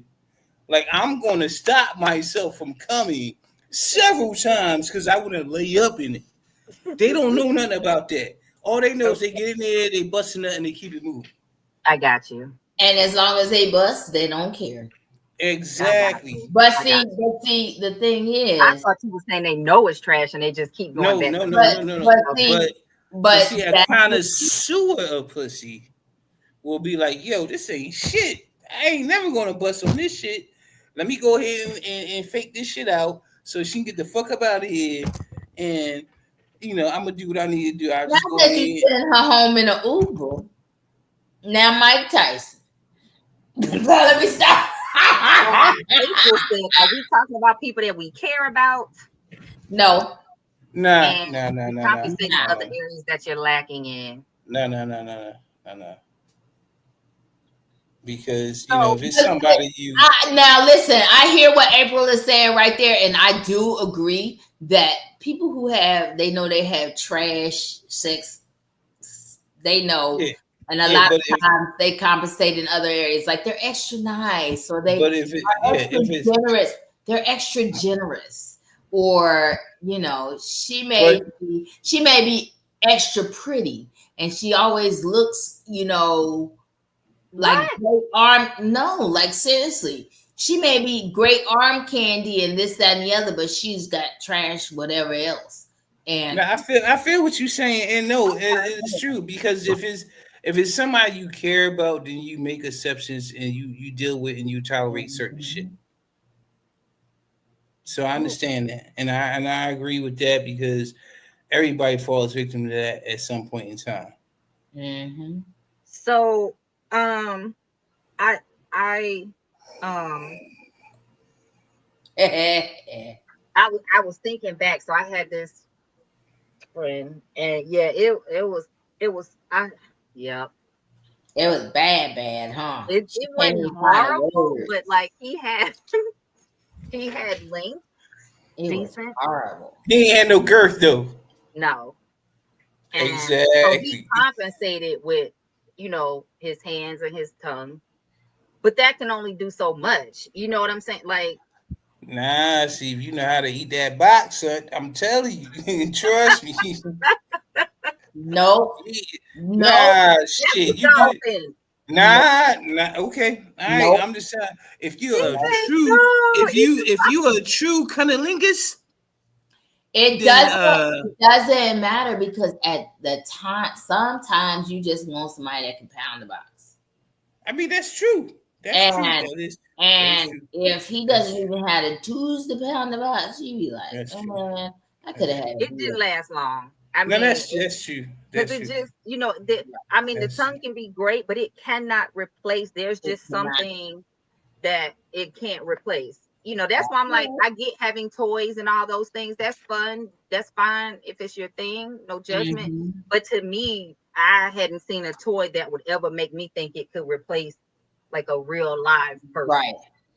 You know what I'm saying? You don't own a rose? No. You set yourself And up. if I You need to get one. You need to get one. I couldn't. You tried it? What?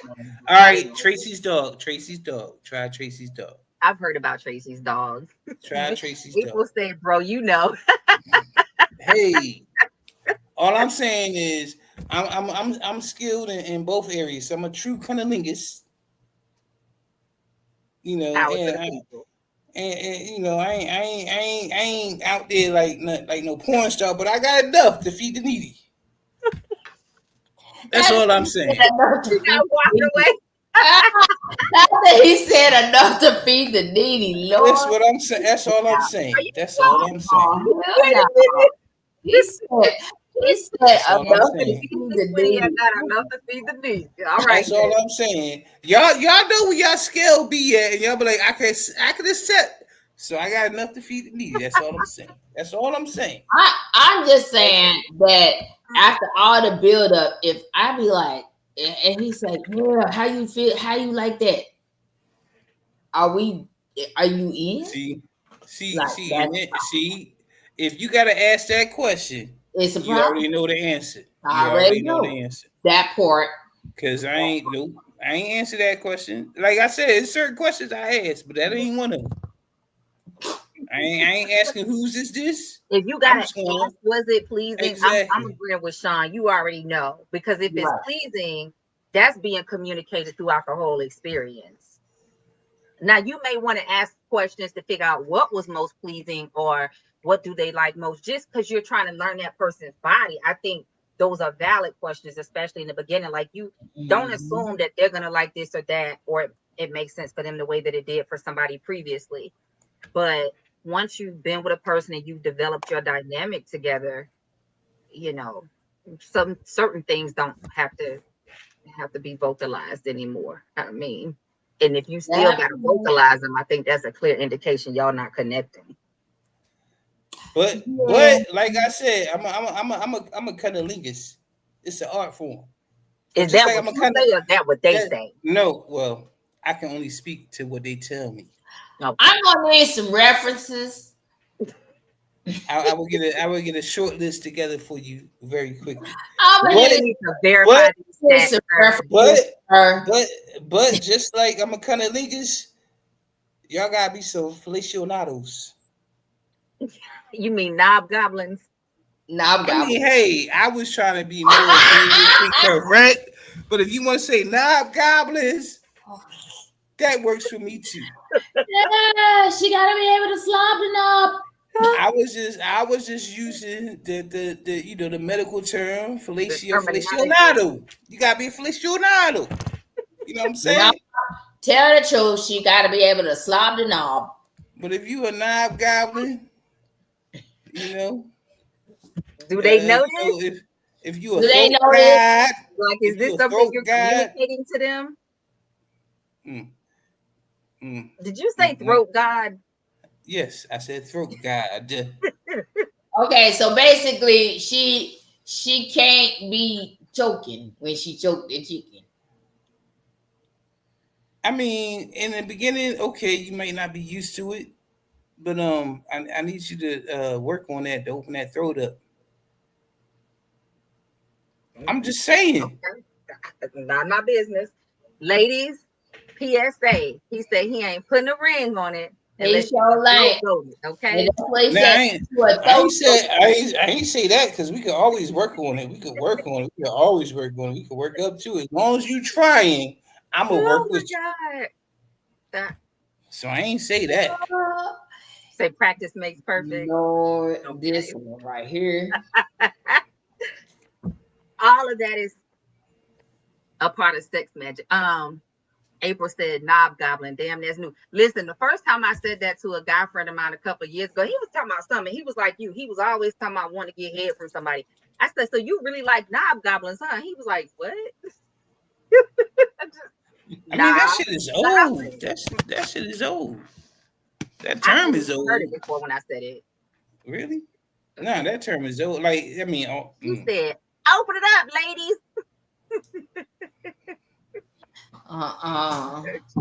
Ain't with y'all.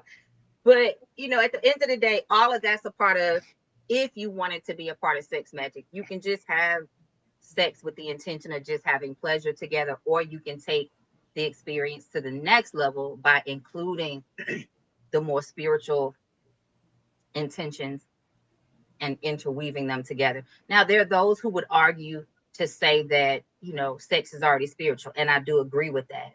But there are levels. It's multifaceted like anything else in life. You can keep it baseline, or you can magnify it with, different things. She said slob the knob. Yeah. See, I had heard that, slob the knob, but I Yeah. had never heard anybody say knob goblin before I said it. And when I said it to him, he was like, it just makes sense in my mind. what was that? 369 Mafia? Slob on my knob.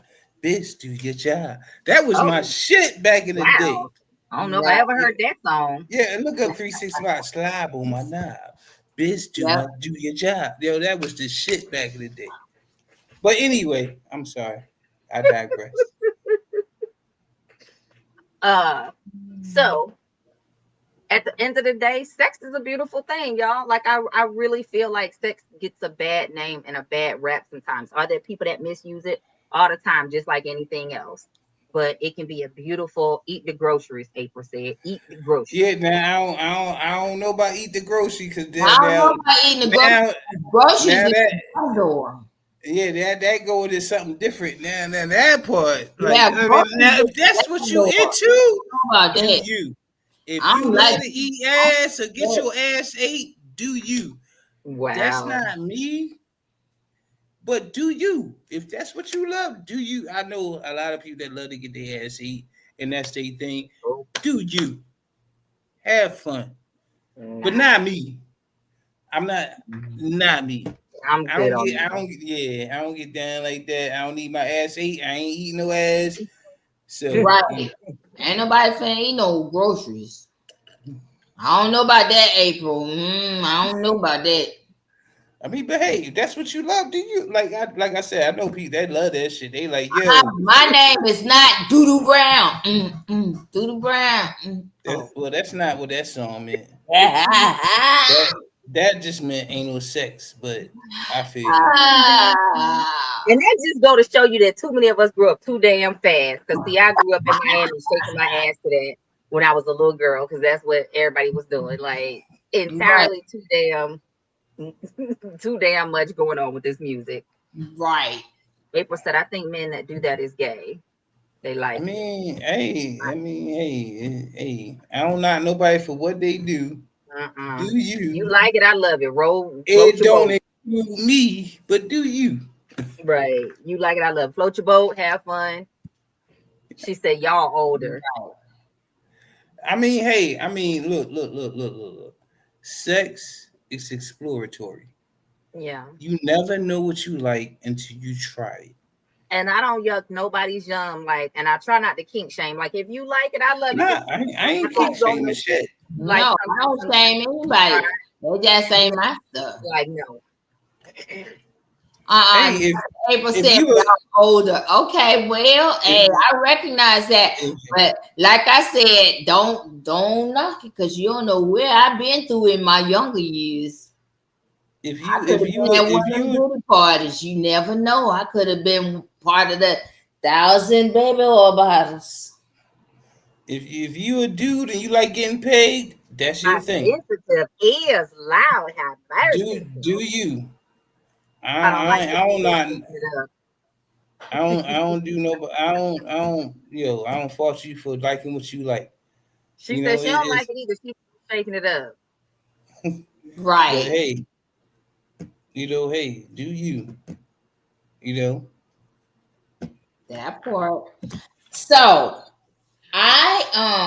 there was one more topic that I think we wanted to She discuss. said, "Don't threaten her, Gypsy. She could tell you." Right. I'm just saying. Hey. Before we close Okay. out today's episode, So anything else on the table? this was the last topic that was on the table. Homeless men are a complete liability. Oh yeah. And the 50-50 is a form of homelessness. Well, I wouldn't exactly say that.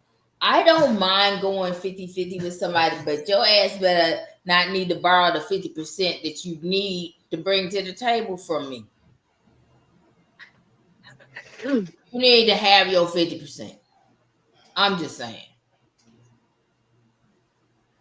So, okay, so we did, kind of discuss this pre-show. So, Mm-hmm. as I was saying, that is, let me calm down. These woosah, wax on, wax off, Rub the wax ear, Sean. on, Rub the ear. wax off. We'll saw it out. We'll saw Mm-hmm. it out. Because first of all, yo, these women out here talking about, 50-50. Yo, fuck you.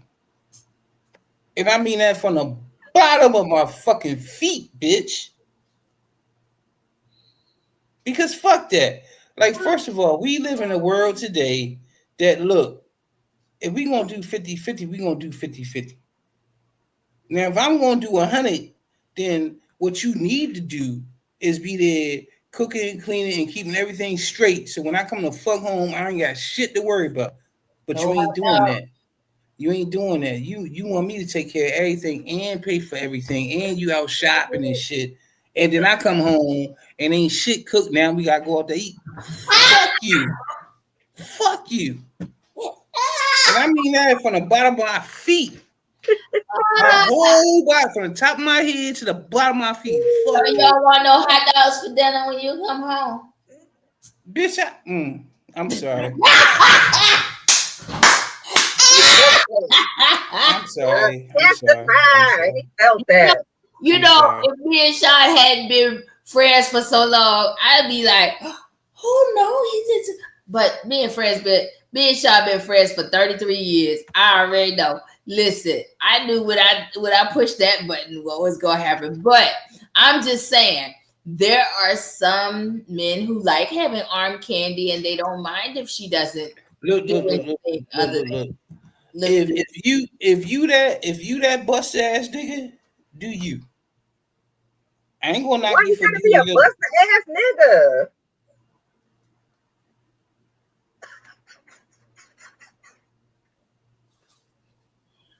Okay, I'm gonna act like It you ain't looks even so asked that cute. question. It looks so But cute. anyway, but anyway, because that whole article is like, oh, if he this and he that, then you taking, like, look, if he talking 50-50, that's 50-50 of y'all building together. That still gives you But whatever you have to do whatever you doing on your end, and whatever he has to do what he doing on his end. But y'all putting a 50-50 together to keep the household moving and going, and everything's yeah, taken care of. I Y'all didn't. not worried about anything. Yeah, I didn't like when she said that when a man pushes 50-50, he's forcing you into masculinity. No, actually, no. I, Y'all I already believe y'all that already I into believe masculinity. that everybody should bring something to the table. And if you can't bring anything to the table, and see, that's probably what's wrong with half of these folks today. Nobody wants to bring anything to the table. They just want to sit at the table and eat. No, the fuck up. I can No. eat by myself. Fuck Right. that. That part. That part. And And I so eat to, very well. I have me, T-bone, ribeye regularly. So to I can Um, me, eat by myself. right. Treat me with just said, respect. You can cook, you can yeah. get those home cooked meals. I don't demand much, just love, respect, and great sex. Right, Nita. Very, very true. But um these women who are saying that there is no such thing as 50-50 and this, that, and the other, well, I digress, because back in the day when you wanted this man, when this man did 100%, he came home and now while grandma and them had on them house dresses and shit, she had dinner cooked, house was clean, all that kind of stuff. And Why he do may you think she had all those kids? right, that's what I'm saying. And he may have had another family on the other block, but he took care of both houses. And Shit, he that came was home was like, that oh was then. shit. Shit, Right. hold That up. was Let me then. look this This up is real quick. now. Right. You can't expect to want to live in a certain neighborhood and have a certain lifestyle and don't want to put nothing towards that lifestyle. But see, Because so this, mhm. this is my whole problem with the whole thing. This is my whole problem. And I know what a lot of women might be thinking, but this is my whole problem. Because A, to have that type of man, it takes a certain type of work ethic and commitment that now, oh, he's already always at work. You don't never see him. You see how you can't see my hand, right? Like Right. it's gone and shit. Because Right. that's what it takes. So now when he's doing that and taking care of you and paying everything and buying you the Hermes Then you and the can't see. Birkin and all that shit, now you mad because you don't never see the nigga. He always at work, but he take care of everything. So that's why I said, like, women, like, man, look, It's a struggle. because then if you just working a regular job and you paying 50-50, but now she mad because, oh, we going to Cheesecake Factory instead of a 4 Michelin star. And although, we going 50-50, he not paying all the bills. And so it's like, yo, what the Unrealistic. fuck? It's unrealistic. Everybody gotta pay to stay. Everybody gotta pay to stay. And I don't care what anybody says, these lifestyles that people want are expensive. Even a modest lifestyle these days costs a lot more than it used to. Exactly. I remember when I could get a 2 bedroom, 2 bathroom apartment down in Atlanta for 550. I wish I could, but in a gated community. I wish I could find something like that now. But Eh, you see what I'm saying? But you wanna live in a certain neighborhood and drive a certain type car and have a certain type budget for meals and this, that, and the other and stuff in a certain wardrobe, but you don't want to contribute anything. That's unrealistic in this economy and in this society right now. So and that's true. so let me jump in and simply say this, because I don't think either side is wrong. I think two people have to come together and decide what it is that they are going to do and what makes sense for them. I'm not going to be in a 50-50 relationship. And by that, I mean, if I need somebody to pay the water bill and it's $125 and they come to me and say, I need my half back, that's a roommate. I don't Oh, need my man that's to be different. my roommate. Right, that's So, different. well, let me finish because I let y'all talk. Hmm. So I think it first, and the reason I gave that example is first, how do you define it? Because everybody may define it slightly different. To me, that's a 50-50 relationship. If you coming back and asking me for your half back, that's a problem. But if we are working together to actively create the lifestyle that we want, hands down, I think the average mature minded person is going to be willing to participate in that in their relationship. What that looks like, whether it's financial, whether it's emotional, whether she cooking, whether he paying the bills, whether he cooking and taking care of the kids and she paying the bills, every couple, throuple, what the fuck ever, has to figure out what that looks like for them. So I don't so think let one's me right or wrong. no, let me say this. So the last relationship I was in when I actually lived with a woman and it was quote unquote 50-50, it was like, okay, these are the set bills. Now, I ain't talking about the unset bills. I'm just talking about the set bills. And so we both gonna pay on that. But then at the end of the month, she be like, "We had extra money. Like we didn't have extra money. I put extra money in because I already know we can't gauge what. Okay, electric might be around this amount, but it's possible it could be this amount. So I'm putting money in for that. Gas might be this amount, but it's possible it could be this amount. So I'm putting money. But then, we had extra money. Let's do this. Like, oh no, we ain't had extra money. I put more money into it to cover shit, to make sure shit is covered. Because as a man, I feel like, okay, yeah, it is my responsibility, but at the same time, we have the basic bills that we know this is a set amount. So we already putting in 50 for that. Have financial sense, and I'm just gauging based off of what you're saying. Y'all weren't on the same page with financial wisdom. Well, right. But what I'm saying when I say I mean, when I say 50-50, there's like a baseline or whatever. But and that's my point. All I'm saying is don't expect him to put his whole check in and then you put in like $25 or $30. You know what I'm saying? You can't say that because there are a lot of men that are okay with it. All I'm saying. No. If I'm doing 100%, figure out what they want. No. If I'm doing 100%, then you need to be. Everything need to be on. When I come home from work, everything need to be on point, and everything need to be served up to me. Right. But that's you. No, that's period. No, I'm saying that's that's not every relationship. See, and that's what.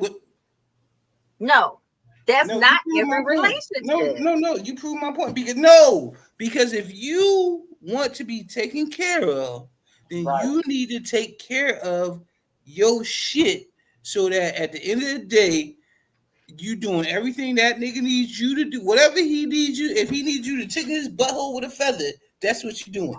That got real specific. I'm just that's how it gotta be. If you need 100%, gotta be. Every couple has to figure out what makes sense for them.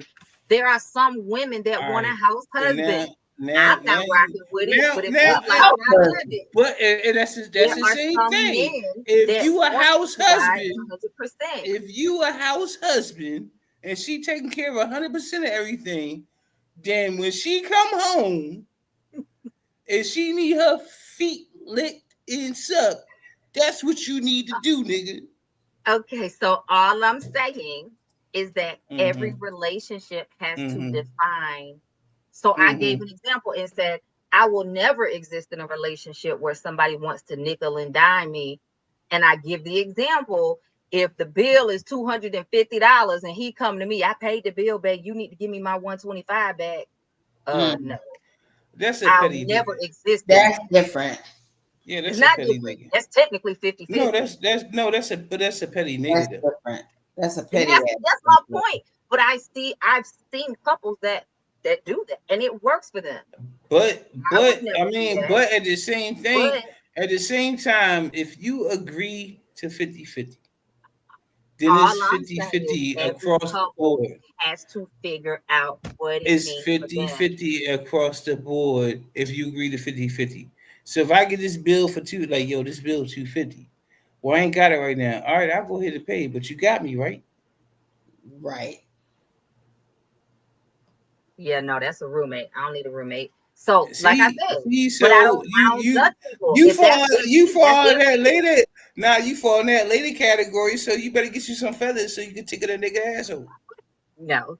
So all I'm saying is do what makes sense for you in your relationship, people. What works for one isn't going to work for the other. What one demands, another one needs different.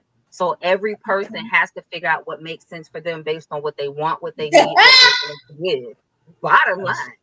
I see many brown feathers. I see many brown feathers in your future. Sean's face. Oh, when you said feathers, no, like for real. So I have been married once, and it wasn't a 50-50 type situation at all. Like literally, he took care of the household. Now that wasn't something that we sat down and And that's said, cool. No, that's cool. Like, and look, I wasn't cooking every day. Now I cooked most days, but but when I look, started back listen. working, no the fuck I wasn't finna work. But see, And that's my thing. so we Look, had to, he did what he could do. and that's my But point. listen, but hold on, listen. You gotta understand. He did what he can do within his realm.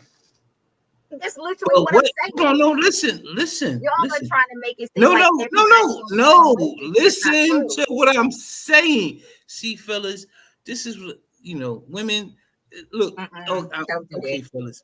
Look, what do you Don't do mean? I'm saying, listen. You keep listen. So, what if he was making 20,000 less a year? Would he still I have don't been know. able to do? Would he still have been able to do what he did? 20,000 less than what? 20,000 less Then, than then whatever Right. I don't know what he was making, So but so evidently he was making enough to go ahead and carry shit. But if he's making 20,000 less, then yes, you would have to step up and jump in there and and throw I never your said that I hat in wouldn't the have. ring. What I I didn't said say. was an example. And it's all I let y'all talk and y'all keep interrupting me when I'm making my point. And the point is every relationship is different. Y'all got to stop talking in absolute like every man is out here demanding that they want to go get it. Nigga, fuck your I'm not. woosah. I'm not. Every I'm man not is out saying. here putting their foot down, talking about you gotta be a Damn. relational something, Fuck something. the And, woosah. and yes, y'all got to be a little bit more open-minded and just stop Shots being so damn mean and bitter fired. because everybody ain't you either. Every relationship is, listen, don't let these two talk y'all into missing out on what you want because they said it had to be this way. That's all I'm saying. Let they bitter asses stay over there and stay bitter. Both of No, y'all sound you're bitter. not bitter. I'm saying what you saying. I'm saying don't be running around talking about it has to be 50-50 or it has No, to but you're be saying that men aren't going to do it. And what I'm saying is there are different strokes for different folks. That's all I'm saying, y'all. There are different strokes for different folks. Y'all got to stop acting like it's one size Stroke fits it to the all. left, stroke it to the right. But nah, all I'm saying, see, that's the thing. No, nobody said that. All I'm saying is, and that's The the thing point I is, was some trying women to. don't want to be taken care of because the percentages change in every relationship. But and that's the point I was trying to make. Like, look, Mhm. if you can do it, I'm Do not it. saying don't. But all I'm saying, if it's me and I'm doing 100%, I expect certain things, and I would expect that if a woman, if a woman was taking care of me, I'm sorry, it was hard to say that, but if a woman was taking care of me, that I would be look, dinner's on the table, house clean, kids taking care, whatever the fuck is going on. You better And all be. I'm saying is, God there damn it. might be one relationship where they say that, and that might work for them. And then there might be another relationship where that husband says, "Hey, baby, I know you want to go back to school. I'm gonna work and hold it down. You focus on school." And he's not worried about her coming home and cooking. He might have enough money where he's hiring a housekeeper and somebody's keeping the house clean or helping meal prep. Every And relationship is different. So all I'm that and saying is we have that's to be willing exactly to what meet I them was where we saying. are. That's exactly what I was saying. That's not what you said. But You no, got your no, no. face in the camera That's and you was not like, what if you he's heard. doing, No, no, no, no, no, no, no, no, You no, bring it no. back up, Sean. That's Carry that's my. not what you heard. uh, And that's why I we made the heard the statement. same thing. That's why I made the statement, fellas. You see how women, because they Nope, hear what they want to hear. nope. Okay, all right, because that's what I was saying. That ain't what you That's said. Nah, that's what I was trying to That's say. what But you y'all, said. first of all, when I tried to say it, y'all kept, oh, this, that, and I'm trying to say, but you know what I'm saying? But that's why We sometimes don't know what you you're just saying got, because you didn't say you that. just, fellas, you just got to sometimes sit back and let them just go ahead and slow Nope. walk themselves down that road to get Mm-mm. to the same point that you were making. No, because Sometimes you when got to y'all do that. first started talking, I was quiet, sitting here letting both of y'all talk, Mm-hmm. and I didn't interrupt. And then I said, okay, let me jump in here. But at first, I never finished my thought process because I was trying to explain it from every facet. But hey, I'm just talking. I'm just a bag of hot air. Y'all go ahead. Enjoy it. Go ahead. Finish whatever y'all was saying. I'm sorry. I'm just here. I'm just eye candy. You I'm just sorry. eye candy. That's I'm it. sorry. The I'm sorry. corporate thug eye candy. Serve your purpose, Go, sir. Serve your go, purpose. go ahead. Y'all finish. Is that what you always say? Nah, You you don't even want to know what I normally. You don't even want to know that. I'm sorry. I ain't gonna put that out there. Do tell. Now I want to know. Sugar. And that's how I get them, fellas. See how I got them. He said, Y'all "Go ahead, stupid. you finish." Well, Y'all stupid. Anywho, as we get ready to close out today. Yeah, it's time to close out. So I'll see y'all in 2 weeks. If they decide to come and see y'all without me, I'll be out of the country next week. So y'all enjoy. Oh hell yeah, we gonna go in on Gypsy. Yo, y'all should tune in. I'm sorry, she's still here. My fault. I don't care what you say. I'll be enjoying myself overseas. So Nah, definitely enjoy your trip. Be safe. absolutely. Absolutely. I will be safe. And I do say this though, is everybody should try to leave the country at least once. Hell yeah. If y'all don't leave the country, you're doing yourself a disservice because and this ain't all there is here. I mean, you only need you can only go to Miami and Vegas so many times. You need to get out of the country. And you don't even need a passport depending on where you go. On a cruise. Right. On a cruise. Right. Let me clarify. Right. On a cruise. You do need your birth certificate and you need, but on a cruise, you don't need your passport depending on where you go. Right. But try to leave the country. Like try to see what else is out there. And I'll see y'all in a couple weeks. I'll be back around the 21st. Yeah, I'll be back on the 21st. Absolutely. We've been talking 2 hours. Yeah, I'm good and drunk. With that, we love you all. Thank you so much for being here with us every week. Thank you for sharing. Thank you for subscribing. Thank you for liking. Keep the engagement coming because it helps us to grow. And we genuinely appreciate each and every one of you. Every time y'all jump in the comments, every time y'all share that link, every time definitely share. Absolutely. Sexy. And please go watch the replays. Y'all, that actually helps us to get pushed up to the top of the algorithm. So please go watch the replays. And y'all know we need it because them people, they get pushed up real quick without nothing. We need it. Right. And the other thing is that there have been some videos that we've had where people ask us questions and stuff. So go back and look. If you want to know more about us, look at some of our past episodes because we do talk about ourselves on past episodes and stuff. You just got to go and look. We're not going to repeat what we've already told y'all. So go look at some of the old videos. And and Sean and I will see y'all next week because we're going to hold it down while she going and talk shit about Gypsy behind her back. You know what I'm saying? But we love you, boo. I was just joking. Don't come for me, Gypsy. I was just joking. No, don't worry. I'm going to watch the replay when I get back. Oh, shit. I will watch the replay, but you guys have a great time next week. Like, share, subscribe. Again, watch the replays. Thank you so much for always tuning in. Thank you so much for always supporting. Thank you, Nadina. Thank you, April, for coming through. Nita, Suzette, Jasmine. Y'all, thank y'all. We know there's a lot of y'all that don't comment, but you're there. Hey, Dale, thank you for coming through. We know it's a lot of y'all that come through here, but you don't really say anything, and it's okay. We appreciate you anyway. Thank you so much, and we'll see all y'all. I'm gonna say is the way Nita was talking, her man, he a lucky nigga. That's all I'm gonna say. And on that note, we bid you adieu. Peace.